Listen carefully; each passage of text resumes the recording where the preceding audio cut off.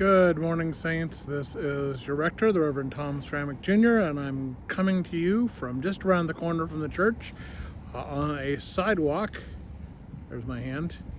On a sidewalk right next to the church, because this coming Sunday's gospel is Jesus' famous words, "I am the way and the truth and the life." And so we're going to talk about that this weekend, talk about what it means to follow Jesus, what it means to follow Jesus rather than a doctrine or a teaching or even some parts of the Bible, perhaps. What does it mean that we are Jesus followers and that we are people on the way, following the way of Jesus? One of the things that is not necessarily commonly known is that the first Christians, before they were called Christians, Jesus followers were called the Way. And that was because they followed a slightly different way of doing things than the prevailing Jewish religion of the time, and certainly the prevailing Roman culture of the time. And so they were known as the Way. And we continue in some ways that direction today as we follow Jesus, as we think about what it is to be Jesus's hands and feet in the world, what it is to see the world as Jesus sees it, or as God sees it, and just how do we function as Christians in a very secular, fallen world.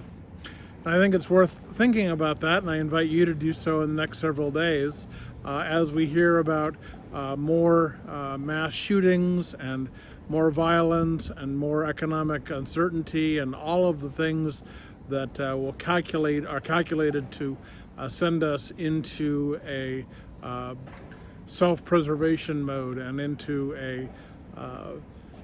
a thought process that values our own health and life and way of life above anybody else's. And while that to some extent is okay, it makes us much more like the world around us, much more prone to relationships of convenience or of transaction, much more prone to be selfish rather than selfless, and much more prone to wander off of the path that Jesus has set before us.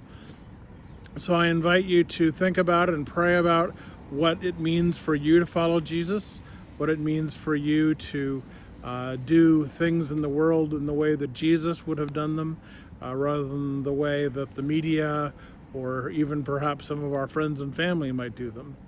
So I invite you to think and pray about that and what that looks like.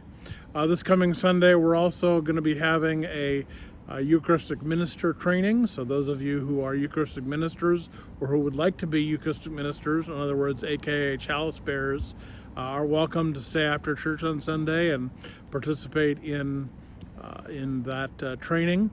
And you also will need a background check, which Steve will take care of for you. But we could use a few more. We have several people who are interested in being a part of that or continuing to be a part of that, but we could certainly use more folks.